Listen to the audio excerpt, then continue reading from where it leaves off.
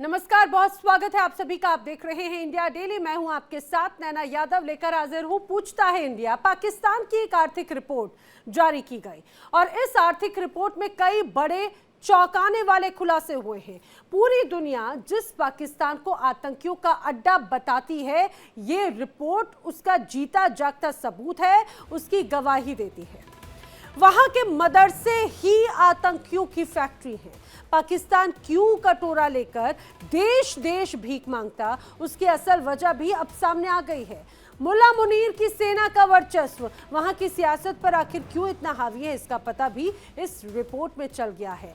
दरअसल इस रिपोर्ट में बताया गया है कि यहाँ पर पाकिस्तान में फैक्ट्रियां इतनी नहीं है जितने ज्यादा यहाँ पर मस्जिद और मदरसे हैं, यानी कि फैक्ट्रियों से ज्यादा मस्जिद मदरसे पाकिस्तान में है।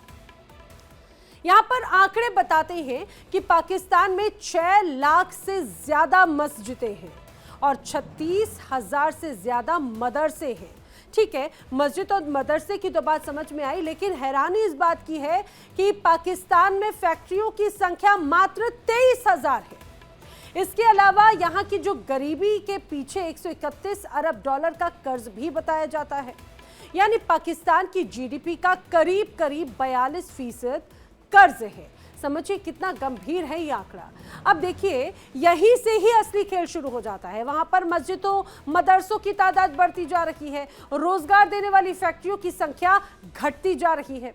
आप समझ सकते हैं कि नतीजा आखिर क्या निकलेगा। बस कटोरा लेकर भीख मांगने के अलावा पाकिस्तान के लिए और कुछ बचता ही नहीं है। क्यों? क्योंकि पाकिस्तान के जो हुक्मरान हैं, उन्होंने भारी कर्ज में वहां के लोगों को डुबोचो दिया है, जिसकी वजह से वहां पर बुनियादी चीजों की कीमतें आसमान छू रही हैं। हालात तो इतने ज्यादा बदतर हो गए हैं कि विदेशी मुद्रा भंडार रसातल में चली गई। जब इस फैक्टरों ये कहा जाए कि जो तमाम फैक्टर्स हैं, उन्होंने जब इसे जकड़ा तो वहां की राजनीतिक अस्थिरता में आना एक तरह से लाजमी भी था। यहीं से वहां पर सेना का खेल शुरू हो जाता है।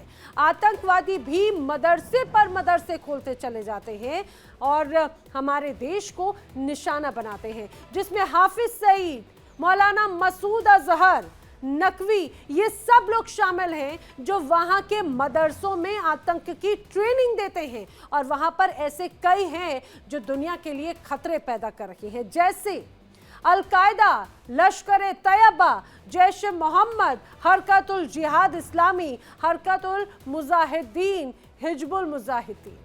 तो ये आतंकियों का मदरसे कनेक्शन वाले तमाम ऐसे संगठन हैं जो दुनिया के लिए खतरा पैदा करके हैं, और ये उसकी एक लंबी फहरिस्त है। यानी पाकिस्तान का अब ये कहा जाए कि वहां पर उनका खुदा ही मालिक है, वहां के आवाम का, वहां की जनता का, क्योंकि वहां के जो हुक्मरान हैं वो ये बखूबी समझते हैं कि पाकिस्तान का मुनीर की सेना और आतंकियों की वजह से विकास के डगर पर चलना अब नामुमकिन है, और इसीलिए कर्ज पे कर्ज लेकर अपनी जेब वो भरते हैं, सत्ता बदलते हैं, और सत्ता बदलते ही कई पाकिस्तानी नेता देश छोड़कर दूसरे देशों में चले जाते हैं और वहां की आवाम को महंगाई से लड़ने के लिए ये कहा जाए बेसहारा छोड़ दिया जाता है। अब अपने देश भारत की अगर तुलना की जाए पाकिस्तान से, तो आंकड़े चौंकाने वाले हैं और होंगे ही। दोनों मुल्क, ये कहा जाए कि दोनों मुल्क जिनका जन्म एक साथ हुआ, जिन्होंने सफर एक साथ शुरू किया, लेकिन आज हमारा देश, हमारा भारत, हमारा हिंदुस्तान विकास की नई नई बुलंदियों को छू रहा है। पाकिस्तान कंगाल हो चुका है। उन्होंने उस सऊदी डेलीगेशन को कहा कि जिस तरह बात कर रहे हैं, ये इंडिया जो है एक शाइनिंग मर्सिडीज की तरह है, लेकिन हम एक डंपर ट्रक की तरह हैं। पाकिस्तान के गृह मंत्री को आपने सुन ही लिया। उन्होंने कहा कि इंडिया शाइनिंग मर्सिडीज की तरह है और हम एक बम्पर ट्रक की तरह हैं। आंकड़ों को एक तरह से कहा जाए कि उस पर मोहर लगाते हैं गृह मंत्री के बयान। भारत दुनिया की चौथी सबसे बड़ी अर्थव्यवस्था है। पाकिस्तान की अगर बात की जाए तो पाकिस्तान पूरी दुनिया में 44 नंबर पर आता है। 44वें नंबर पर उसकी अर्थव्यवस्था देखी जाती है। भारत की अर्थव्यवस्था 4 ट्रिलियन डॉलर की है, जो पाकिस्तान से 10 गुना ज्यादा है। यहाँ पर अगर देखा जाए विदेशी मुद्रा भंडार 680 बिलियन डॉलर का है, जबकि पाकिस्तान का विदेशी मुद्रा भंडार मात्र 16 बिलियन डॉलर का है। आप समझ सकते हैं इसी में ही कितना ज्यादा अंतर जो है वो साफ तौर से नजर आता है। इसीलिए यहाँ की स्थिति जो हम सभी देखते हैं किस तरह से यहाँ पर हालात है। इसीलिए पूछता है इंडिया, क्या सरकार की लापरवाही से फैक्ट्री कम मदरसे ज्यादा यहाँ पर है? क्या पाकिस्तान की कंगाल स्थिति जो है, कंगाल पाकिस्तान की पतन कथा की एक तरह से अब शुरुआत हो चुकी है? क्या पाकिस्तान के सिस्टम पर आतंकियों का कब्जा है? क्यों? क्योंकि हम जो ये आंकड़े दिखा रखे हैं, ये आंकड़े उसकी तस्दीक करते हैं। ये बड़े सवाल हैं जिन्हें हम जानने की कोशिश करेंगे, उनके सवालों के जवाब जानने की कोशिश करेंगे। खास मेहमानों का जो पैनल है वो हमारे साथ में जुड़ रखे हैं और हमारे साथ में इस समय जुड़ रखे हैं रिटायर्ड मेजर जनरल अनुज माथुर जी, रक्षा विशेषज्ञ के तौर पर। हमारे साथ में रिटायर्ड कर्नल JS सोढी जी जुड़ रखे हैं, विदेश मामलों के जानकार हमारे साथ में हैं। और पाकिस्तानी पत्रकार हमारे साथ में पाकिस्तान से डॉक्टर सज्जाद बुखारी जी भी जुड़ रखे हैं और हुसैन जावेद जी समय टीवी स्क्रीन पर आप उन्हें देख रहे हैं, पाकिस्तान से ही हमारे साथ में जुड़ रखे हैं। आप सभी का बहुत बहुत स्वागत है। मैं शुरुआत हुसैन जावेद जी आप ही से करना चाह रही हूं, क्योंकि आप ही की तरफ से ये एक बड़ी रिपोर्ट पेश की गई है और ये आंकड़े वाकई में चौंकाते हैं। क्या कहेंगे इस रिपोर्ट के लिए? जी, सबसे पहले तो आपका शुक्रिया कि आपने मुझे इनवाइट किया और हमारे जितने भी यहाँ पर पार्टिसिपेंट्स हैं उनको भी सलाम।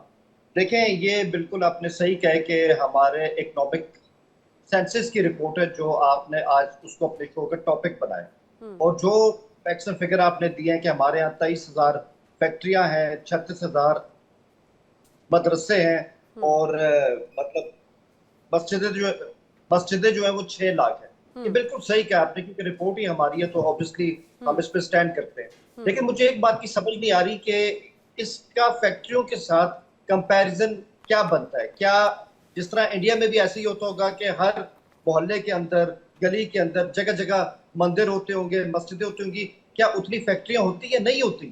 फैक्ट्री हमेशा शहर से बाहर होती है और उनकी जो स्ट्रेंथ होती है वो स्कूल्स, मदरसे और इनके पास नहीं होती, उनसे बहुत कम होती है। आपने हमारी बात की, मैं यहाँ पे एक फैक्ट्स एंड फिगर शेयर करता हूँ। आपके अभी 7.5 लाख से ज्यादा मंदिर है, लेकिन फैक्ट्रियां आपके पास 2.5 लाख है। तो इसको हम क्या मान लें कि हिंदुस्तान जो है वो पिछड़ रहा है? ऐसी कोई बात नहीं है, फैक्ट्रियां कम होती हैं और अगर आप मस्जिदों की बात करें या मंदिरों की बात करें वो ज्यादा होते हैं। जी, आपको मेरी आवाज आ रही? बिल्कुल आवाज आ रही है। मैंने सोचा आप पहले अपने फैक्टर्स जो हैं आप सारे फैक्ट्स पेश कर दें, फिर उसके बाद में मैं एक बात मैं इसमें और ऐड करना चाहता हूँ कि मुझे नहीं समझ आती अभी तक हिंदुस्तानी जो मीडिया है उसको हमारी जो आर्थिक सूरत हाल है उसकी इतनी फिक्र क्यों है, लेकिन हमारी आर्थिक सूरत हाल अब इतनी खराब नहीं रही है। और आप जो कह रहे हैं हिंदुस्तान बहुत आगे, तो अभी तो हमने मई में देख लिया कि डिफेंस के मैदान में आप लोग कितने पीछे हैं, कितना गलत आप लोगों को बताया गया था। और असल सूरत क्या है कि आपके पास तो 5th जनरेशन जेट ही नहीं आपके पास और हमारा आपसे पहले आने वाला है। तो सूरत हाल को ना जरा रियलिटी के हवाले से देखें। ठीक है, आपने हुसैन जावेद जी, मैंने आपको आपने थोड़ा सा फैक्ट इधर उधर करने की कोशिश की, लेकिन मैंने फिर भी आपको पूरा इत्मीनान से वक्त दिया। अब आप ज़रा मेरी बात सुनिएगा। आपने फैक्ट की और अगर भारत में फैक्ट्रियों की मौजूदगी की बात की तो मैं ज़रा बता दूं, आपने जो 2.5 लाख फैक्ट्रियों की बात की वो फॉर्मल फैक्ट्रीज हैं। मैं पाकिस्तान और भारत, हिंदुस्तान दोनों फैक्ट्रीज की बात करूंगी। और अगर यहाँ पर हम MSME सेक्टर की बात करते हैं, जो लघु उद्योगों की बात की जाए ना, तो उसमें भी भारत के आंकड़े बहुत बहुत बहुत ज़्यादा आगे जाते हुए नजर आते हैं। तो एक बार फिर से आइए रुक करते हैं, हमारी चर्चा की तरफ बढ़ते हैं। सभी खास मेहमान हमारे साथ में मौजूद हैं। पाकिस्तान की अर्थव्यवस्था इसीलिए ज़्यादा अब सवालों के घेरे में है क्योंकि यहाँ पर इंडस्ट्रीज, फैक्ट्रीज से ज़्यादा मस्जिद और मदरसे संचालित होते हैं और ये आंकड़ा किसी और ने नहीं बल्कि खुद पाकिस्तान की तरफ से पेश की गई एक रिपोर्ट में है। मेरे साथ में जो खास मेहमान है, जल्दी से आपको एक बार फिर से उनसे मिलवा देती हूँ। हमारे साथ में इस दौरान रिटायर्ड मेजर जनरल अनुज माथुर जी रक्षा विशेषज्ञ के तौर पर मौजूद हैं। रिटायर्ड कर्नल JS सोढी जी हमारे साथ में विदेशी मामलों के जानकार हमारे साथ में हैं। डॉक्टर सज्जाद बुखारी हमारे साथ में हैं। पाकिस्तानी पत्रकार हुसैन जावेद जी पाकिस्तान से हमारे साथ में हैं। आप सभी मेहमानों का बहुत बहुत स्वागत है। जैसा कि इसके पहले सज्जाद बुखारी जी से हमारी बात हुसैन जावेद जी से हमारी बात हो रही थी, उन्होंने आंकड़े पेश किए और बाकायदा उन्होंने ये बताने की कोशिश की कि भाई मदरसे या मस्जिद पाकिस्तान में है तो ठीक है, लेकिन फैक्ट्रीज की बात अगर होती है तो इंडिया में भी ऐसा ही है। उसके आंकड़े बहुत ज़्यादा अलग हैं। मैं अपने दर्शकों को बाकायदा कंपैरिजन के साथ में ये भी बताती चलूं कि एमएसएमई सेक्टर हो या फिर अगर भारत की तमाम जो फॉर्मल फैक्ट्रीज की बात हो, उसमें भी बहुत ज़्यादा अंतर है। और ख़ासतौर से अगर पाकिस्तान की बात की जाए तो वहाँ का आंकड़ा भी मैं बताऊंगी। लेकिन डॉक्टर अनुज माथुर जी, एक बात जो आंकड़ा पेश किया है और ये कहा है जिस तरह से हुसैन जावेद जी ने कि भाई डिफेंस की जो ताकत है पाकिस्तान की उनसे ज़्यादा है, हमारे पास में ओल्ड जनरेशन की टेक्नोलॉजी है। जरा ये आंकड़ा, इनका फैक्ट किस तरह का है, समझाइए। धन्यवाद नैना। सबसे पहले तो मैं आपको ये बता दूं कि डिफेंस में कितना डिफरेंस है ये पूरी दुनिया को पता है। इसमें किसी को कोई आंकड़े पेश करने की जरूरत नहीं है। 10 गुना ज्यादा बड़ी हमारी नेवी है उनसे, 4 गुना ज्यादा बड़ी हमारी एयरफोर्स है उनसे, और आर्मी। तो इनको पता है सबको। ऑपरेशन सिंदूर सब बिल्कुल सही तरीके से समझा दिया गया है इनको, और ये सब इसमें। तो देखिए, आज प्रश्न जो है वो नहीं है। इस वजह से हम लोग कंसंट्रेट करेंगे कि क्या उनकी आर्थिक प्राथमिकताएं हैं, क्या उनकी सामाजिक प्राथमिकताएं हैं, और किस प्रकार से वहां पर आतंकवाद और धार्मिक उन्माद राजनीति के ऊपर हावी है। ये देखिए क्या होता है, इस प्रकार के जो जो जो स्टैटिस्टिक्स सामने उभर करके आती है वो वहां की धार्मिक प्राथमिकताओं को, वहां की सामाजिक प्राथमिकताओं को दिखाता है, दर्शाता है। वहां पर जो बड़ी कंपनियां हैं जो कि जिसमें 250 से ज्यादा लोग काम करते हैं, वो कुल मिला के 7,000 टोटल। आप 7,000 भारतवर्ष की हर स्टेट में 7,000 से ज्यादा कंपनियां हैं। दूसरी बात मैं आपको एक और बताने की कोशिश करता हूं जो कि चीज को राइट पर्सपेक्टिव में रख देगी। वो ये है कि आपको एक इकोनॉमिक बेल आउट की जरूरत कब पड़ती है। इकोनॉमिक बेल आउट की जरूरत आपको उस समय पड़ती है नैना, जब आपकी इकोनॉमिक परिस्थिति इतनी खराब हो जाती है कि अगर वो बेल आउट आपको ना दिया गया तो आप शायद कहीं ना कहीं बिखर जाएंगे। तो 25 बार इकोनॉमिक बेल आउट, दोबारा बोल रहा हूं, 25 बार इकोनॉमिक बेल आउट इस महान राष्ट्र जो हमारा पड़ोसी है पाकिस्तान, इसको मिल चुका है। तो ये आपको बिल्कुल सही बताएगा। तीसरी बात ये होती है कि जिस प्रकार से वहां के सेना का और वहां के आतंकवादी संगठनों का राजनीति के ऊपर दबाव है, प्रेशर। देखिए, 4 बार तो वो डायरेक्ट वहां पर आर्मी रूल हो चुका है, उसके 3 बार उनका कॉन्स्टिट्यूशन रद्द हो चुका है, और उसके बाद इनडायरेक्ट तरीके से वहां की आर्मी सदा से पाकिस्तान के ऊपर कंट्रोल करती हुई चली आ रही है। अब जिस प्रकार से 3.91 अरब रुपए ये लोग उन मरकजों को बनाने के लिए कर रहे हैं जो आतंकवादी अड्डे ऑपरेशन सिंदूर में तबाह हो गए थे, उनको बनाने के लिए चंदा इकट्ठा कर रहे हैं। तो ये बात भी इस बात को बताता है कि जो उनके धार्मिक स्थल हैं वो ना केवल उनकी धार्मिक प्राथमिकताओं को बताते हैं, बल्कि वो धार्मिक स्थल आतंकवाद के लिए जनबल और अर्थ दोनों इकट्ठा करने का एक जरिया है। वहां पर आतंकवाद को बढ़ावा, जैश ए मोहम्मद के लिए, लश्कर ए तैयबा के लिए और जितनी आतंकवादी तंजीमें हैं उन तंजीमों के लिए चंदा इकट्ठा किया जा रहा है। अभी तक तो सिर्फ कहा जाता था कि पाकिस्तान की आर्मी और पाकिस्तान की हुक्मरान डायरेक्टली इन्वॉल्व हैं। अब प्रमाण है कि वो जो इनके आतंकवादी अड्डे तबाह हुए हैं उनको दोबारा बनाने के लिए वहां की सरकार पैसा दे रही है। 14 करोड़ रुपए मौलाना मसूद अजहर के परिवार को हर हलाक हुए आतंकवादी के बदले में 14 करोड़ रुपए दिए गए हैं। उसके अलावा मरकज सुभान अल्लाह को बनाने के लिए और पैसा एक सेट असाइड किया गया है। तो ये जो 2 चीजें हैं, पहला जो वहां पर धार्मिक व्यवस्थाएं कहीं ज्यादा हैं आपकी इकोनॉमिक एक्टिविटीज से, और दूसरी बात उन धार्मिक व्यवस्थाओं को, उन धार्मिक स्थलों में से कुछ को इसलिए इस्तेमाल किया जा रहा है कि वो आतंकवाद को बढ़ावा दे सकें, आतंकवाद के लिए जनबल और धनबल दोनों इकट्ठा कर सकें। और तीसरी बात यह है कि वो 313 और नए मरकज बनाने का प्रयास कर रहे हैं, उसके जी, लिए जी। पैसा इकट्ठा कर रहे हैं, पूरी और- दुनिया से पैसा मंगा रहे हैं। और माथुर सर, ये जो 313 मरकज की जो बात है उसमें लगभग 12.5 मिलियन पाकिस्तानी रुपए, यानी कि लगभग 1.25 करोड़ पाकिस्तानी रुपए की जरूरत पड़नी है। और बाकायदा इसको लेकर हम देख रहे हैं कि फंड रेजिंग भी चल रहा है। वहां का जो सदा पे और इजी पे के माध्यम से बाकायदा इसको लेकर एक रिपोर्ट भी आई थी। रिटायर्ड कमांडर सुदर्शन चक्रपाणी जी भी इस समय हमारे साथ में चर्चा में जुड़ चुके हैं। आपका भी बहुत बहुत स्वागत है। सज्जाद बुखारी जी, आपसे मैं जरा आंकड़ों की बात कर लूं। जैसे इसके पहले बात हो रही थी, जावेद जी ने आंकड़ों की बात की, मैं चाहूंगी जरा उसके बारे में भी बात कीजिएगा। उन्होंने कहा भारत और इंडिया की अगर बात की जाए तो इस बात को समझना होगा, भारत में लगभग 2.5 लाख से ज्यादा एक्टिव फॉर्मल फैक्ट्रीज हैं। एमएसएमई की अगर बात की जाती है तो एमएसएमई भी काफी ज्यादा उसकी जो तादाद है वो देखी जाती है। लगभग 6.5 मिलियन जो माना जाता है, 6.5 करोड़ यहाँ पर एमएसएमई सेक्टर्स हैं। पाकिस्तान की बात की जाए तो 12 से 20 हजार जो है वो फैक्ट्रीज की संख्या है। मदरसों की संख्या इससे कई गुना ज्यादा है।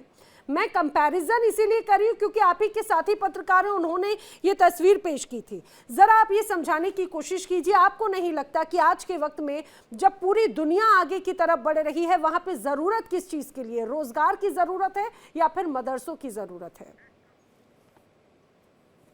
बहुत शुक्रिया, आदाब अर्ज है तमाम माथुर साहब को, हमारे जो पाकिस्तानी पैनलिस्ट हैं उनको, आप सब बहुत बहुत शुक्रिया आपका।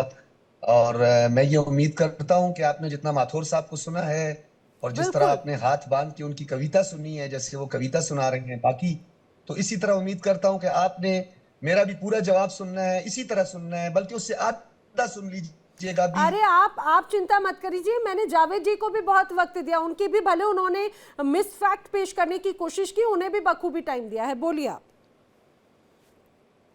वाज़ेह करता चलूं, आपको मेरी आवाज आ रही है? हाँ, अगर संभव हो सके तो थोड़ा सा कहीं पर अगर आप रुक कर बात कर पाएं, क्योंकि नेटवर्क की दिक्कत, देखिए अब नेटवर्क की भी दिक्कत वहां पर हो रही है। अब मैं क्या कहूँ? नहीं, नेटवर्क की दिक्कत नहीं हो रही है, वो आपके प्रोड्यूसर साहब को पता है। मेरे ख्याल में वो आपको टॉक बैक पे बता नहीं रहे हैं। हाँ। मैं ट्रेवलिंग कर रहा था लेकिन मैं रुक गया हूँ। अच्छा, और मैं ठीक आपकी है। जो टीम शुक्रिया है बहुत, डेली प्लीज इंडिया जो है, बताइएगा। मैं उसको हमेशा टाइम देता हूँ, और डेली इंडिया इसीलिए मैं डेली इंडिया ज्वाइन करता हूँ कि आप लोग कभी कभार जो है वो थोड़ा बात करने का मौका दे देते हैं, और सच सुनने के अंदर थोड़ा बहुत हौसला आपके अंदर है, ज्यादा नहीं है। चले कोई देखिए बात अभी नहीं। आप ही तक खींच रहे हैं, अच्छा। चलिए कोई नहीं, बोलिए। सुने, माथुर साहब जो हैं वो हमेशा जज्बाती होकर बात करते हैं, लेकिन आज उन्होंने जज्बात नहीं दिखाए और उन्होंने अपनी उम्र का भी ख्याल किया, बहुत अच्छी बात है। आपने मुझे कंपैरिजन करने की बात की है, तो मेरी एक बात आप अपने जहन में बिठा लें कि गीदड़ और लोमड़ियों का बहुत बड़ा जो होता है ना, रेवड़ होता है, बहुत बड़ा उनकी भीड़ होती है, बहुत बड़ी तादाद होती है, लेकिन शेर उसके अंदर एक ही होता है, ठीक है? और क्वालिटी मैटर करती है, क्वांटिटी कहीं पे भी मैटर नहीं करती है। आप चलिए, आप जो है मान तो रहे हैं राफेल, कि हिंदुस्तान शेर है, चलिए। सुने ना, वो शेर का पता है कौन है? वो शेर का जाकर आप दुनिया से पूछ लें, वो अपने राफेल के पायलट से पूछ लें, जो एक आध कोई बच गया हो तो उससे वो पूछ लें। चौथी अर्थव्यवस्था बताती है, 44वें नंबर की, और चौथी अर्थव्यवस्था दर्शाती है, मुझे लगता है बुखारी साहब। आप उधमपुर वालों से पूछ लें, उधमपुर वाले भी आपको बता देंगे, ठीक है? अब आ जाएं, मुझे तो बड़ा हैरत हुआ सुन के, ये जो थोड़ी देर पहले योगी आदित्यनाथ जो है वो भी कहीं लाइव आ गए बीच में। मुझे लगता है कि आप लोगों को मरवाने वाले जो है ना, योगी आदित्यनाथ है, अमित शाह है, नरेंद्र मोदी है और राजनाथ सिंह है, वो जो लीमू वीमू भी चढ़ाते रहे आपके राफेल पे। तो पहले तो आप अपने राफेल लाए ना, दुनिया को दिखाएं। पहले आप आए, आप अपने पायलट्स दुनिया को शो करवाएं। आए किसी न्यूट्रल कंट्री से, हम आकर जो है वो कंपैरिजन करवा लेते हैं, अपने जहाज शो करवाएं। मुझे ये बड़ा अच्छा लगता है कि आप भी उतना ही फॉलो करते हैं यहाँ पर, कि भाई योगी जी का जो खौफ यहाँ पर है वो पाकिस्तान में भी है, उनकी उतनी चर्चा अमित शाह जी की जितनी यहाँ पर है पाकिस्तान में भी उतनी है। मुझे लगता है उससे ज्यादा पाकिस्तान में है। और तभी आपने देखा नींबू मिर्ची की बात की, तो वो इसी चीज के लिए भी होता है, नजर ना लग जाए। बोलिए। नहीं, आपको नौकरी की परवाह होगी। देखिए, आपको भी नौकरी के लाले पड़ गए कि योगी आदित्यनाथ और ये जो एक्सट्रीमिस्ट है, ये फिर आपको जो है घर नहीं जाने देंगे। कोई बात नहीं मेरी बहन, मेरी बात को आप सुन ले गौर से। देखिए, हमारे आपने कंपैरिजन, हमारे कहावत है, जाकी रही भावना जैसी, है ना, हमारे कहावतें घर में जाती नहीं रही है भावना रोटी। जैसी, प्रभु मुहूर्त देखी दिन तैसी। आपको जो सोचना है मैं उसके आपके विचारों को तो नहीं बदल सकती। और विचार मैं की भी अगर सुन लेना, बदलने की मेरी बात भी होती सुन ले। सज्जाद मेरी जी, भी सुन तो ले। जो आंकड़े, मैं तो आंकड़ों सुने पे ना। बात कर रही हूँ, आप गोल गोल बातें यही कहिए, कह रहा आप हूं मुझे ना। प्रोवोक करने की इधर उधर की बात सुने कीजिए, ना। मुझे इससे घर कतई में- फर्क नहीं पड़ता। अब सुन ले मेरी मैं बहन। चौथी अर्थव्यवस्था और 44वें जज्बाती ना हो मेरी अर्थव्यवस्था बहन, की बात कर जज्बाती रही ना हूँ। हो। सुनिए जरा, जज्बाती मैं ना बात हो कर रही मेरी हूँ बहन, फैक्ट्रीज घर की, में- एमएसएमई की, मैं बात कर रही हूँ बेरोजगारी दर की, लेकिन आप जो है अभी एक दूसरा मैं वही राग कह रहा हूं, लापेंगे, आप फिर बात आप ही मिस नहीं फैक्ट करते, पेश आप करेंगे। मैं इंटरेस्ट फैक्ट करती पे हैं। बात कर लेती हूँ, चलिए। आप कंटेंट पे ला रहा हूं। मैं आपको यही कह रहा हूं, घर में आटा नहीं है तो माँ को पराठे की फरमाइशें नहीं करें। जेब में कौड़ी है नहीं है आपकी, और बाजार दौड़ी दौड़ी आप जाने की कोशिश कर रही हैं। अच्छा। आप मुझसे कंपैरिजन कर रही हैं। आप मुझे एक बात बताएं, जी। किस मुंह से आप लोग ये बात कर रहे हो? बाबरी मस्जिद को राम मंदिर में तब्दील करने वालों और मसाजिद पाबंदी लगाने वालों, अजान पर पाबंदी लगाने वालों, आप लोग मजहब की बात करते हो, पहली बात। दूसरी बात ये है, आप लोगों की आबादी है 1.25 अरब की, हमारी है 25 करोड़ की, और 10 मई की रात को जो ठुकाई हुई है उसी का हिसाब आप लगा लें। अगर अच्छा। इतना बड़ा आपका देश है, इतनी अच्छा। बड़ी इकोनॉमी है, इतने आपके अच्छा। पास राफेल है, इतने आपके पास तोप है, क्या कर सके आप लोग? क्या कर सके? पूरी दुनिया में हमारे आपकी अभी सुर्खी हुई कमांडर है। सुदर्शन जी जुड़े हैं, वो आपकी बात पे हंस रहे हैं। अब बात ये हो जाती है कि आप कुछ भी आप कह लीजिए, लेकिन सुदर्शन जी, दो ऐसे देश जिनका ये कहा जाए जन्म जो है दोनों का लगभग एक जैसा हुआ, दोनों दिल का पे जन्म जानते एक हैं। जैसा हुआ, माथुर लेकिन साहब ये भी मिस आप फैक्ट। सच बोल रहा हूं। ठीक है, माथुर साहब का भी मैं ठीक है, माथुर जी एक बात कुछ कह रहे हैं, फिर मैं सुदर्शन सर का रुख कर रही हूँ। माथुर सर। मैं सिर्फ एक बात आपको कहना चाहता हूं, दोनों देशों का जन्म नहीं हुआ। भारत हजारों लाखों साल पुराना देश है। जन्म सिर्फ और सिर्फ इस पाकिस्तान का हुआ था। ठीक है, भारत का जन्म नहीं हुआ उस समय। ठीक वो है, सर, भारत जो है की पैदावार है। लाखों साल पुरानी सभ्यता है, ये समझ ले ये लोग। हाँ, ठीक है, चलें आगे ठीक प्लीज। है। Thank you. सुदर्शन सर। नाना जी, सबसे पहले नमस्कार, जय हिंद, जय भारत। जय हिंद सर, अब वेलकम। हम क्या बताएं आपके पाकिस्तानी पत्रकार के बारे में। उन्हीं के फील्ड मार्शल ने कहा था कि पाकिस्तान एक डंपर ट्रक है और इंडिया एक मर्सिडीज है, चमचमाती और अगर एक मर्सिडीज। डंपर अगर मर्सिडीज से टकराएगा तो क्या होगा। अब इनको ये नहीं समझ में आता, जिसके पास एक मर्सिडीज है उसके पास तो कई और गाड़ियां होंगी, लेकिन वो बेचारा डंपर वाला क्या करे, उसके पास एक वो डंपर ही है, वो भी कितना ले जा रहा है। तो हम इसके बारे में नहीं बात करें तो ज्यादा अच्छा है। मुझे इनसे मुझे है ना बेकार की तू मैं इनके साथ नहीं रहना है। इनको अपने जाना वो कर भी ख्याली नहीं पुलाव सकते, में आप कर भी नहीं सकते। मुबारक हो आपको, आप नहीं बहुत कर बढ़िया सकते। बात कह रहे हैं आप बस जाके नूर खान बेस के ऊपर जाके ये मुझे बता दीजिए कि नूर खान के ऊपर हवाई जहाज आज तक लैंड क्यों नहीं कर रहे। बस सिंपल, आप ये मुझे बता दीजिए कि आपके पास है क्या। अब घर में नहीं दाने, अम्मा चली बुलाने, अब आप हमको वो बता रहे हैं, चलिए कोई बात नहीं, लेकिन सिंपल सी बात मैं आपसे बताता हूँ। देखिए, जेब में नहीं है पाकिस्तान कौड़ी, से आप बाजार expect जाती भी है क्या दौड़ी कर दौड़ी। सकते हैं। पाकिस्तान के पास दो ही चीजें हैं जो एक्सपोर्ट कर सकता है, बस दो। क्या? नंबर एक क्या? एक्सपोर्ट है उसका टेररिज्म, और जेब नंबर दो 17 उसका थंडर। एक्सपोर्ट है गधे। गधे बेचता है चीन को, और आपने एक्सपोर्ट हमारे और सारे टेररिज्म गधे बेचता है इंपोर्ट पूरे करके विश्व खाए में। हुए हैं। आपकी सारी कोई सेना भी हमारे ऐसा गधे खाती देश है, नहीं है क्योंकि उनको जहां दाल पे खिलाते हैं, प्लीज टेररिज्म सज्जाद के नाम बुखारी पे जी, सज्जाद बुखारी जी, प्लीज ऐसे उलझुल बातें नहीं, इस तरह की बातें नहीं। तो चल वो अच्छा क्या कर ठीक रहे है, मैं हैं? आपसे एक ये बात क्या पूछ लेती हूँ, उलझुल मदरसों, बोल क्योंकि रहे हैं? क्या मदरसों बोल की रहे हैं बात हो अंकल? रही, नहीं प्लीज ये ऐसी अंकल ऐसी क्या बोल रहे हैं? ऐसी गधे नहीं, की बातें कर रहे हम हैं, लोग कोई हर ethics चीज है? को पूजते हैं और ये सारी बातें नहीं। मुझे एक आप बात क्यों बताइए, जो आर्मी में मदरसों का सब नेटवर्क है, बातें कर अगर रहे हैं? बात मदरसों की हो रही है, सुनिए, क्योंकि रिपोर्ट आप ही के यहाँ से आई है, मैं ये जानना चाहती हूँ पाकिस्तान की आर्थिक रीढ़ को किस तरह से मजबूत करते हैं यहाँ के मदरसे, यहाँ की मस्जिदें। अच्छा सुनिए, थोड़ा सा प्रॉब्लम ये होती है कि आप लोगों का मसला ये है कि आप लोगों की लैंग्वेज में थोड़ी प्रॉब्लम होती है ना, क्योंकि मुझे तो अभी तक हैरत है कि लखनऊ वालों ने आप लोगों को पकड़कर मारा क्यों नहीं है। खून नहीं होता, खून होता है। मर्जी नहीं होती, मर्जी होती है। पहले तो आपकी भाषा मुझे समझ नहीं आ रही। मर्जी। अब दूसरी बात यह कि ये जनरल साहब, सर मेरी बात सुन लेना। सज्जाद बुखारी जी, मेरी बात सुनिए सुनिए। सुनिए सुनिए, मारेगा कौन, किसको नहीं मारेगा वो बात अलग है कि वो क्या बात अच्छा, है ना। हाँ, अभी बात सुनिए। आप सुनिए, अभी आप शायद आप कभी आप हिंदुस्तान आइए, मैं आपको इनवाइट करती हूँ, मैं आपको पूरा हिंदुस्तान लेकर चलूंगी। यही खूबसूरती है हमारे यहाँ की, पग पग पर भाषा बदलती है, शैली बदलती है, अंदाज बदलता है।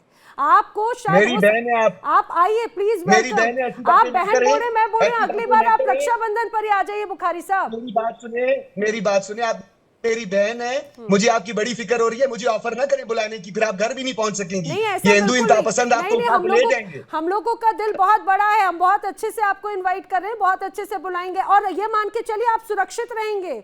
और मुझे अपना नहीं पता मैं वहां पर आऊं तो क्या होगा, आप यहाँ पर आएंगे तो आप बिल्कुल सुरक्षित रहेंगे। आपकी मैं गारंटी लेता हूँ, आपकी मैं गारंटी लेता हूँ, ऑन एयर गारंटी लेता हूँ। डेली इंडिया का जो मेहमान यहाँ पाकिस्तान में आएगा उसकी सुरक्षा की गारंटी डॉक्टर सजाद बुखारी मतलब की है। बाकियों की नहीं है ना, बाकियों की नहीं है। नहीं, आपको अपनी लेनी है ना, और किसी की लेनी है तो भी बता दें, मैं आपकी चलिए गारंटी कोई दे रहा बात हूँ। नहीं, मैं आपसे ही पूछ रही हूँ। अच्छा, मैं आपसे ही पूछ रही हूँ, फिर मैं बाकी गेस्ट का भी रुख करूंगी प्लीज। उसके बाद में सोडी सर का भी रुख करना है मुझे। आप मुझे बस ये बता दीजिए कि जो यहाँ के जो मदरसे होते हैं उनकी आर्थिक जो अर्थव्यवस्था में किस तरह की भूमिका होती है पाकिस्तान की? आर्थिक क्या बोला आपने, जरा थोड़ा सा ये जरा क्लियर कीजिएगा, क्योंकि मैं पठान हूं, फाइनेंशियल फाइनेंशियल यहाँ की फाइनेंशियल अर्थव्यवस्था की। जी, फाइनेंशियल आर्थिक आपको बताता हूँ। मदरसों को और बाकी चीजों का कंपैरिजन भी आप हमारे साथ जरूर कर लें, अपनी पॉपुलेशन के अकॉर्डिंगली कर लें जो आपकी पॉपुलेशन है, लेकिन वो 40% लोगों को वॉशरूम बनाकर दे दें, बजाय कि आप बम खरीदते हैं दूसरे को वॉशरूम बना के दे दें ताकि वो वॉशरूम यूज कर लें। बिहार के लोग बेचारे चूहे खाने पर मजबूर हुए, उनके पास खाने को कुछ नहीं था, उनको खाना फराहम कर दें। लोग फुटपाथ पर मैं समझ गई, मतलब आपके पास में जवाब नहीं है। मैं बात कर रही हूँ पाकिस्तान मदरसे और अर्थव्यवस्था की। आप पता नहीं कौन से दौर में हैं, पता नहीं, कम से कम आप ये मान के चलिए इंडिया इतना प्रोग्रेसिव है, जो बेसिक मूलभूत सुविधाएं जो हैं वो प्रोवाइड कराते हैं, आपके यहाँ तो वो भी नजर नहीं आता। सोडी साहब, हमारे इंस्टीट्यूशन है, हमारे इंस्टीट्यूशन है, हाँ, जिसे जो अभी शायद 313 नए बनने जा रहे हैं, है ना? सुभान अल्लाह भी शायद उसी की कैटेगरी में आप मानते होंगे। कर्नल जे सोडी साहब, जरा एक आईना दिखाने की कोशिश कीजिएगा सर। मैं इधर उधर की बात नहीं, फैक्चुअल के बारे में अगर बात करें, आपने बहुत अच्छे से चीजों को देखा, जरा समझाइए सर। ये जो मदरसे होते हैं, जो मस्जिद है पाकिस्तान की, क्या वहाँ की आर्थिक व्यवस्था को सुधारती हैं? क्योंकि अगर हम अभी तक तो हम यही जानते रहे कि इंडस्ट्रीज या फिर फैक्ट्रीज और ये सारे जो रोजगार के तमाम क्षेत्र हैं वो किसी देश की बड़ी अर्थव्यवस्था की पहचान होते हैं। सोडी सर। जय हिंद नैना जी। जय हिंद सर। ये मेरा सौभाग्य कि मैं आपके न्यूज चैनल पर हूं और विख्यात को पैनलिस्ट के साथ हूं जी। 1950 में जब महज 3 साल हुए थे भारत को आजाद हुए और पाकिस्तान को एक नए देश के रूप में उभरे, उस साल पाकिस्तान की अर्थव्यवस्था भारत की अर्थव्यवस्था से अच्छी थी। 1950 में पाकिस्तान की पर कैपिटा जीडीपी 83.3 अमेरिकी डॉलर थी और भारत की थोड़ी कम 82.2 अमेरिकी डॉलर थी। लेकिन ऐसा क्या हुआ कि अगले 4 दशकों में भारत दुनिया की चौथी सबसे बड़ी अर्थव्यवस्था बन गया और पाकिस्तान कंगाली की तरफ बढ़ चला, जहां उसे कई बार अंतरराष्ट्रीय तौर पे ऋण लेने की जरूरत पड़ी। इसका सिंपल जवाब है पाकिस्तान की गलत नीयत और पाकिस्तान की गलत नीतियां। भारत ने पाकिस्तान को 5 बारी सैनिक मुठभेड़ में हराया है, 1947-48, 1965, 71, कारगिल युद्ध और अब ऑपरेशन सिंदूर। अगले 100 साल में अगर 10 मुठभेड़ भी पाकिस्तान के साथ होंगी, हम हर सैनिक मुठभेड़ में पाकिस्तान से हमेशा जीत के ही निकलेंगे।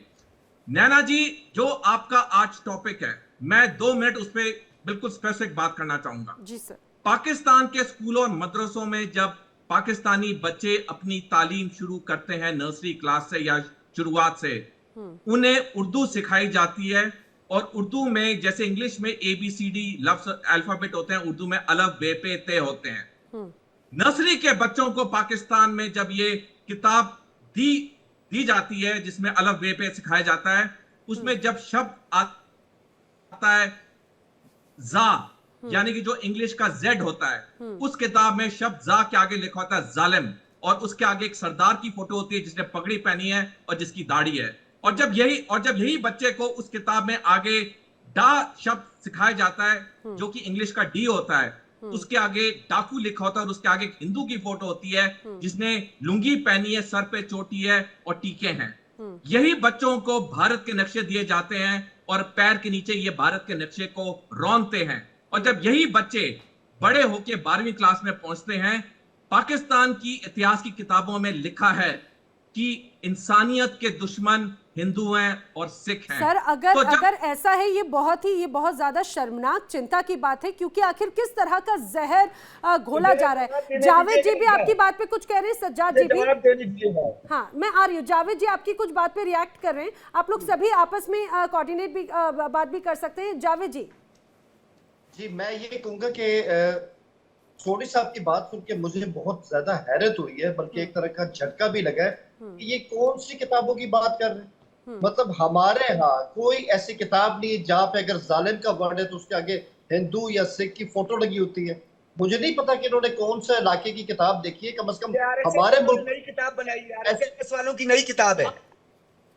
मुझे लगता है ऐसी कोई, देखिए ऐसी कोई बुक ही नहीं है। दूसरी बात मैं इस पे ये कहूंगा कि मुझे समझ नहीं आती कि अभी तक ये बिल्कुल फ्लॉड किस्म की डिफेंस स्ट्रेटजी जो है पाकिस्तान के हवाले से बना के बैठे हैं, खासकर मई 2025 के बाद भी। अभी भी आप लोगों को लगता है कि आप पता नहीं कहां पर हैं और हम लोग कहां पर हैं। एक बात मैडम, मैं आपके एक सवाल का जवाब दूंगा। जी प्लीज प्लीज। नैना जी आपने कहा ना कि हमारे यहाँ हमारी आर्थिक सूरत हाल इस वक्त क्या है, तो मैं आपको बताऊं, हमारे यहाँ कॉपर गोल्ड के one of the biggest reservoirs है और उस पर काम शुरू हो चुका है, जिसके बाद अगले साल से हम 2 अरब डॉलर कमाना शुरू हो जाएंगे। तो ये हमारी सूरत हाल है। अमेरिका हमारे साथ है। आपने प्रेसिडेंट ट्रंप के तो बयान सुने होंगे, वो हमारे फील्ड मार्केट के साथ लंच भी कर रहे हैं, वो हमारे यहाँ ऑयल एक्सप्लोरेशन भी करना चाहते हैं, लेकिन बदले में वो आपको क्या दे रहे हैं? एक दफा उन्होंने आपका टैरिफ इंक्रीज किया, दूसरी बार किया, शायद आगे भी हो जाए। तो ये फर्क है। आपको क्या लगता है इसीलिए कॉन्फिडेंस बढ़ रहा है, मुझे ऐसा लग रहा है जावेद जी। सिर्फ एक लाइन, आपको क्या लगता है कि जो मुल्क जंग में हार जाए वो अमेरिकन के लिए क्या वो इतना काबिल होता है कि वो उसको इनवाइट करें? अमेरिकन किसी को फ्री लंच नहीं देते हैं। तो आप देख लें कि आपको बदले में टैरिफ मिल रहे हैं और हमें मिल रही है ऑयल एक्सप्लोरेशन। वाह वाह, बहुत अच्छी बात है। मुझे लग रहा है खुश होना चाहिए, बिल्कुल खुश होना चाहिए। देखिए, और मैं एक और बात बता दूं, पिछली बार भी एक बार इसी बात पे चर्चा हो रही थी। जावेद जी, इस बात को समझना चाहिए, हिंदुस्तान को ना फ्री लंच की जरूरत नहीं है।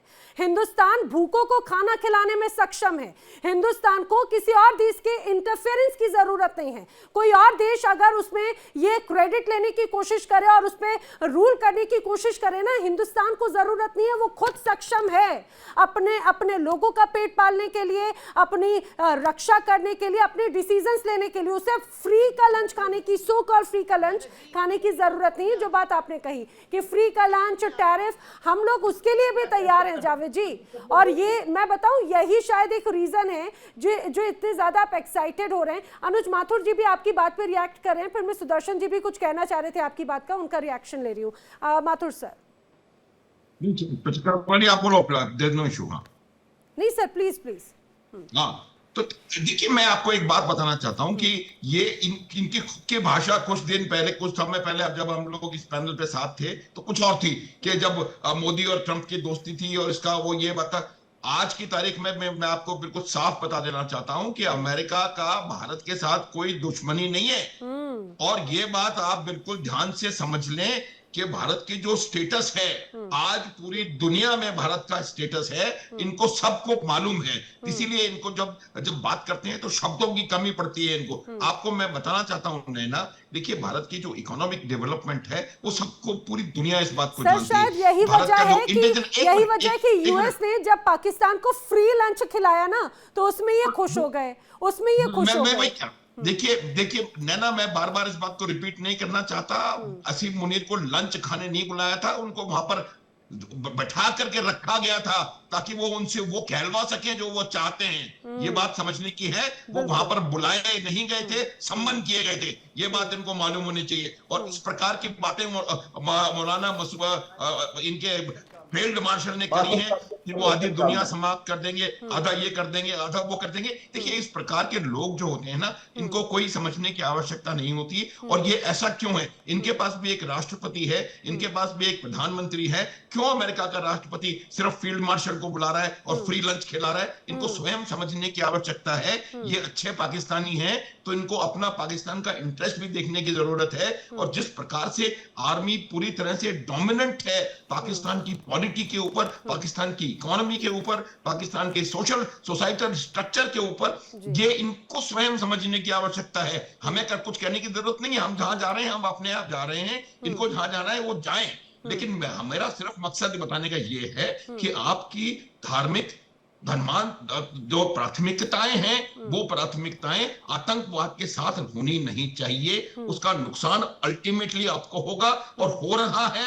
बलूचिस्तान में हो रहा है, खैबर पख्तूनख्वा में हो रहा है, और हर जगह आप इनको देखना, ये आने वाला समय इनको दिखाएगा। सर, आर्थिक अर्थव्यवस्था बहुत चिंता का विषय हो जाती है। FATF इनको बार बार जो है ब्लैकलिस्ट कर देता है, ग्रे लिस्ट में डाल देता है। जी सर। और एक मिनट, और नैना सबसे बड़ी बात जो इनकी स्टेटेड सरकारी पॉलिसी है, ये पॉलिसी क्यों बनाई गई थी? जब पाकिस्तान में ये लोग इस बात से पूरी तरह कन्विंस्ड थे कि कन्वेंशनल तौर पे ये भारत के साथ युद्ध नहीं कर सकते, तब उन्होंने ये पॉलिसी बनाई। स्टेटेड पॉलिसी है कि bleed India by 1000 cuts, Bharat को 1000 घाव देके लहूलुहान करना, ये एक आतंकवादी परंपरा है। आतंकवाद भारत में फैलाना इनका मकसद है। जब तक आप मकसद ठीक नहीं करेंगे तो आपको बेल आउट पे बेल आउट चाहिए होंगे। मैं बता रहा हूं, बेल आउट ये कितना भी कुछ बोलते रहे कि यहाँ वो बिहार वो पंजाब वो, जब बेल आउट का मतलब होता है जब आपकी अर्थव्यवस्था चरमरा चुकी है, तब आपको जो पैसा दिया जाता है आपकी भीख के कटोरे में। इनके प्रधानमंत्री ने जाकर के बोला सेंट्रल एशियन रिपब्लिक्स में कि अब हम जब भी जाते हैं तो हमारे दोस्त हमें भीख का कटोरा ला करके देने में, उनके प्राइम मिनिस्टर ने कहा है, ये कोई और बंदा नहीं कह रहा है कि हमारे को भीख कोई और नहीं दे रहा है, ये उनके खुद के शब्द हैं।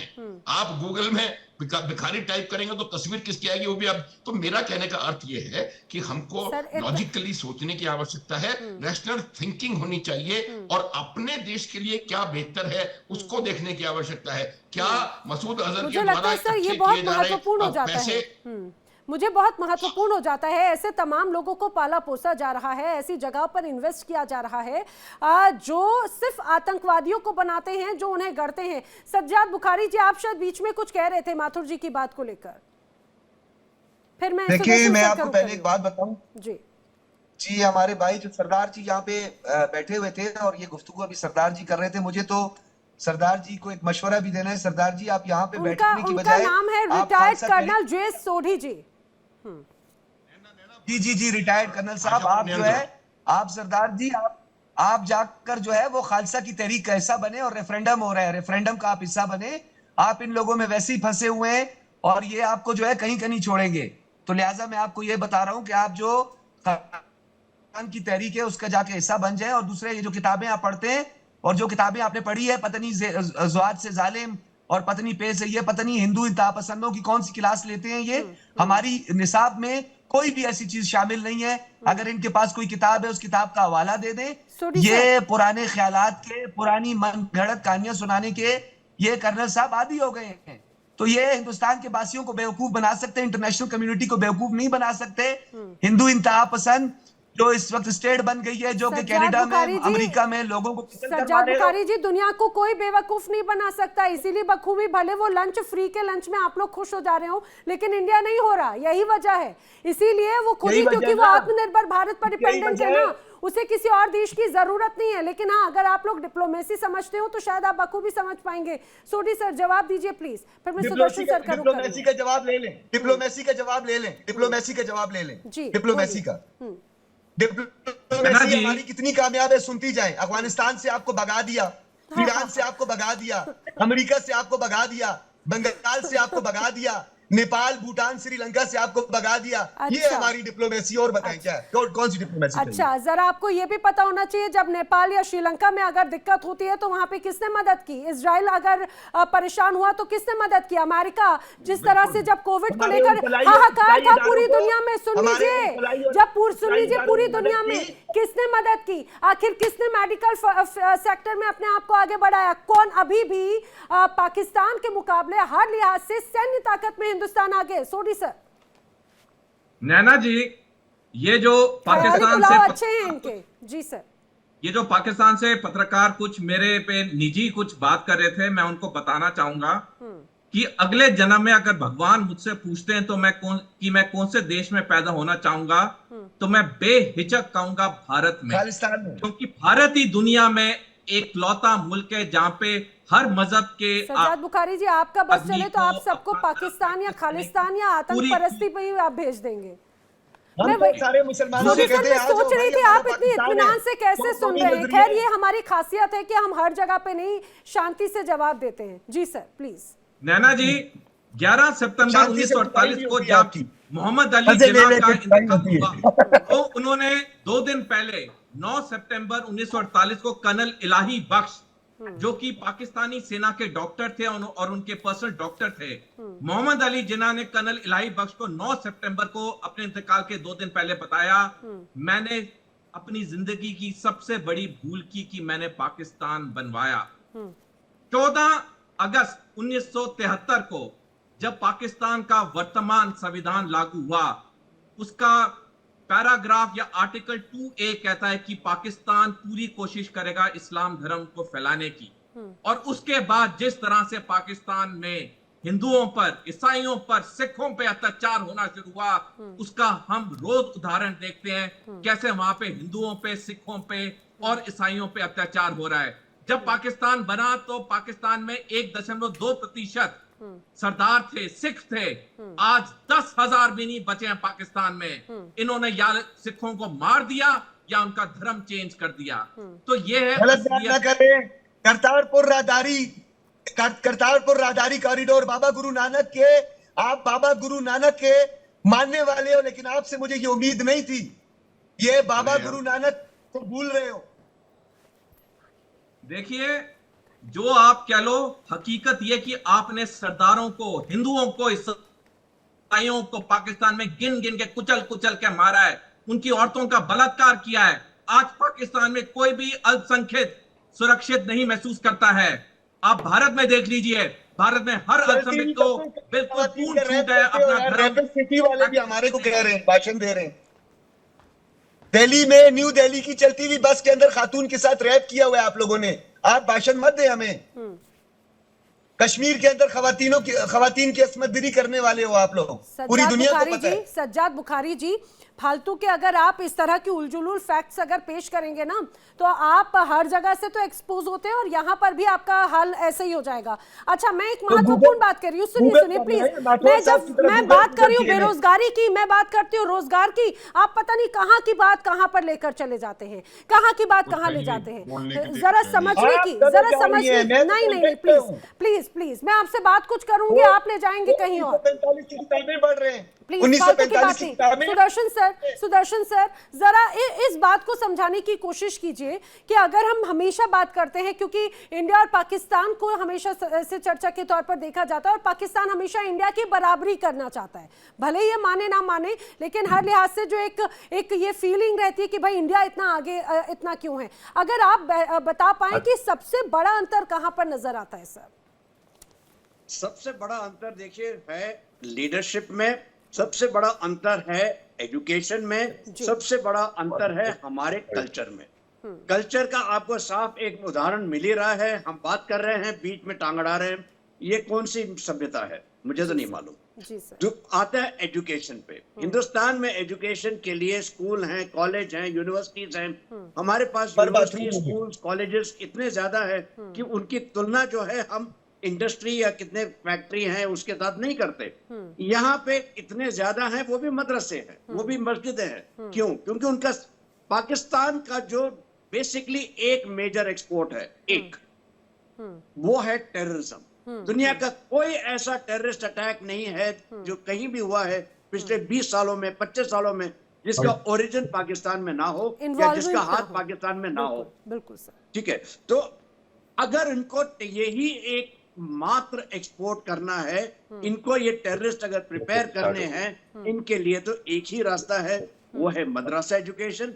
वो है पहले से ही छुटपन से छोटा बच्चा होता है, जैसे कर्नल सोडी ने बताया, बिल्कुल सही बताया कि उसको ब्रेन वॉशिंग शुरू हो जाती है बिल्कुल शुरुआत से ही, और उसको यही ब्रेन वॉश किया जाता है कि हमने यही करना है आगे चल के, और इसीलिए वहां पे टेररिज्म है। जब तक ये अपना इस बेसिक चीज को नहीं बदलेंगे, थोड़ा सा साइड निकालना सब, क्योंकि मौके तक पाकिस्तान जो है कभी मुश्किल है जाना, हमारा पॉइंट तक ले जाओ। जहां तक मेन उनको तक। लगता है कि उनके पास कॉपर है, गोल्ड है, रेयर अर्थ है, तेल है, भैया ये तो पिछले कितने सालों से चल रहा है। यही सिचुएशन आपको तो पता यथावत है, है, लेकिन शानदेह को लेकिन है और सज्जाद रिकॉर्ड बुखारी में जी, क्योंकि अब मुझे मायने अब थी। डिबेट के एंड होने की क्या तरफ हुआ? हैं, लेकिन बुखारी जी जरा एक बात ये समझाने की कोशिश कीजिए, क्योंकि बात मदरसों की तो छोड़िए, अगर रोजगार की बात करें तो आप इस बात को तो मानते हैं कि खास तौर से पाकिस्तान में बेरोजगारी सबसे ज्यादा चिंता का विषय है, महंगाई तो है ही, अर्थव्यवस्था फाइनेंशियल कंडीशन तो बहुत ज्यादा है ही। पाकिस्तान का सबसे बड़ा रोजगार क्या है सज्जाद जी? अच्छा जी, बहुत शुक्रिया। आप बात कर रही थी, क्योंकि जब आप कंटेंट पे रहेंगी तो डेफिनेटली मैं भी कंटेंट पे रहूंगा और मैं कंटेंट पे ही बात करूंगा। तो ये बात में बिलाशुबा पाकिस्तान और हिंदुस्तान जो है उसकी जितनी जो सरकार है उनको ये चाहिए, जिस तरह नरेंद्र मोदी साहब ने भी जब इक्तदार संभाला था तो उससे पहले उनका एक स्लोगन था कि बेरोजगारी का खात्मा और कारोबारी वसाइल पैदा करना। तो हमारे यहाँ भी है, बल्कि ये जनूबी एशिया के कई ममालिक का ये मसला है, बशमूल हिंदुस्तान के, कि वहां पे रोजगार का बंदोबस्त होना चाहिए। बजाय कि हम रोजगार का बंदोबस्त करते, हमारा जो पड़ोसी है हिंदुस्तान, उसने क्या किया, हिंदू इंतहा पसंदी, शेव की धरती, बाकी नापाक हो, निकल जाओ यहां से, शेव की धरती में ब्राह्मण रह सकते हैं। आप लोगों ने ब्राह्मणिज्म को प्रमोट किया, आप लोगों ने मसाजिद की जगह मंदिर तामीर करने की कोशिश की, आपने लोगों के निसाब में पता है, मैं भी चाह रही हूँ, आप कहाँ, आप पाकिस्तान में हैं, आपको हिंदुस्तान में आके बस जाना चाहिए। आपको आइए, यहाँ की नागरिकता दिलवाएंगे। आप यहाँ पर जब देखेंगे आप खुद पाएंगे कि पाकिस्तान और हिंदुस्तान में क्या अंतर है। आपको इतना प्रेम है, मैं बात पाकिस्तान के रोजगार की करती हूँ, युवाओं की, आप हिंदुस्तान की का राग अलापते हैं। इतनी मोहब्बत है पाकिस्तान से, आइए प्लीज, आइए प्लीज। और आपने इस हर चीज को सिर्फ एक ही, आपने हर चीज को एक ही नजरिए से, एक ही चश्मे से देखना शुरू किया है। आप जरा आइए और मैं बताऊं, पाकिस्तान जो है वो हिंदुस्तान का एक तिनके भर तक नजर नहीं आता। इस बात को फैक्चुअल वे में समझना चाहिए। यही वजह है कि इंडस्ट्रीज को बढ़ावा दीजिए, ना कि आतंकवाद को।